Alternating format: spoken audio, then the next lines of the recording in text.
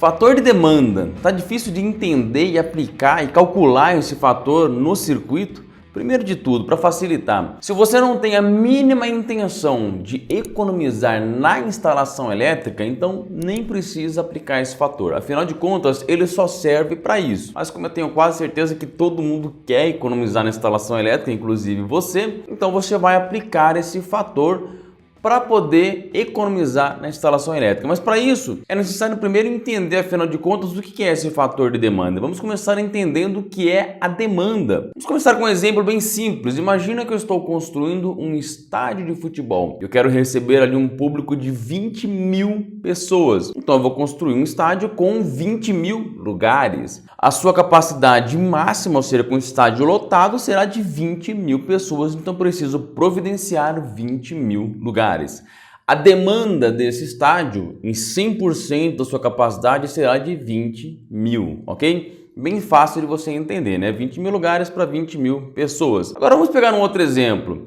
Imagina que eu tenho um restaurante no qual eu vou servir 300 pratos por dia. Não quer dizer que eu vou servir 300 pratos por dia, que eu vou receber 300 pessoas no mesmo momento. Não preciso ter 300 lugares. Eu posso ter, por exemplo, um restaurante com 40 lugares. E aí, ao decorrer do dia, haverá uma rotação de pessoas. Algumas vão entrar, sair, entra outra pessoa e, consequentemente, eu vou servir 300 almoços ou 300 jantas em um único dia.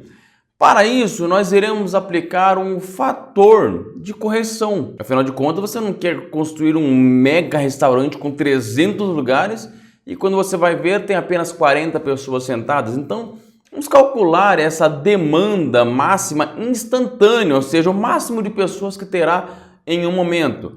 Então, se eu tenho a intenção de servir 300 pratos, mas eu só vou construir um restaurante para 40 pessoas, eu vou ter um fator de correção de aproximadamente 14%, ou seja, 0,14 aproximadamente. Ou seja, eu construindo esse restaurante com 14% da capacidade, eu vou conseguir receber 40 pessoas ao mesmo tempo, mas no dia eu vou servir 300 pratos. Isso é a demanda e um fator para corrigir a demanda instantânea.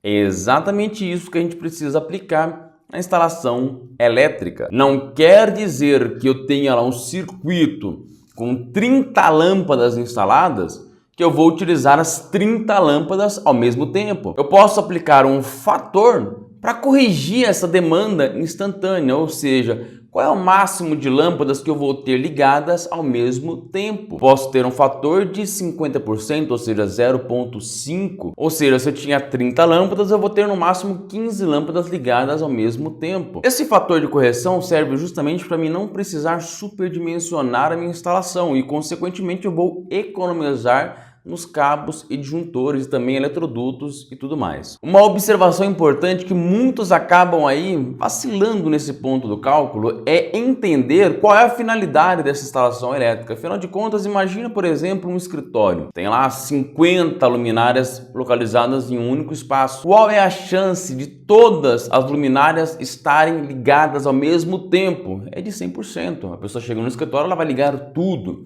Se for uma loja, a mesma coisa. Se for uma indústria, a mesma coisa.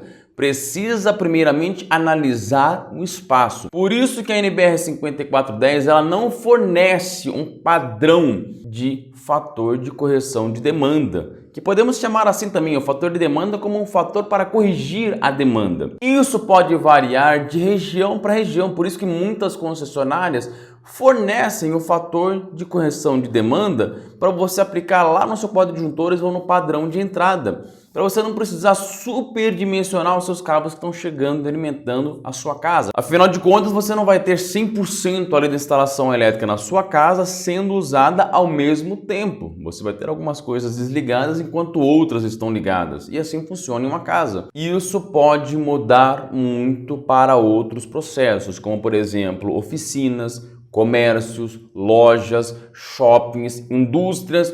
E por isso é importante você raciocinar um pouquinho. Como eu sempre costumo falar, o eletricista não pode simplesmente colocar um cabresco aqui e sair seguindo tabelas à cega. Nem toda tabela pode ser aplicada para todo e qualquer circuito. Precisa sentar e avaliar.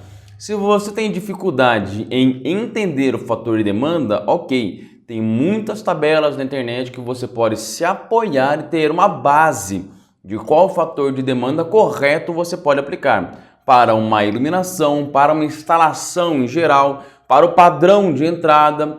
Tem vários modelos que você pode seguir, mas lembrem, esses modelos, esses fatores, eles podem variar para cada tipo de aplicação. Mas o importante é você justamente entender esse fator de demanda. É um fator que irá corrigir a demanda. Se você tem dúvida, está com medo, está com receio ou não quer saber de economizar, não aplique fator de demanda. É bem simples isso. É claro que isso com certeza vai custar no bolso. Espero que finalmente você tenha conseguido entender o que é esse fator de demanda ou um fator para corrigir a demanda total do circuito e você calcular a demanda instantânea, ou seja, aquela que vai ser utilizada ao mesmo tempo no circuito. Se você entendeu, não esqueça de deixar aqui o seu joinha aqui nesse vídeo, se inscreva no canal, deixe o seu comentário se ainda ficou alguma dúvida, a gente pode criar mais comentários e eu aguardo você no próximo vídeo.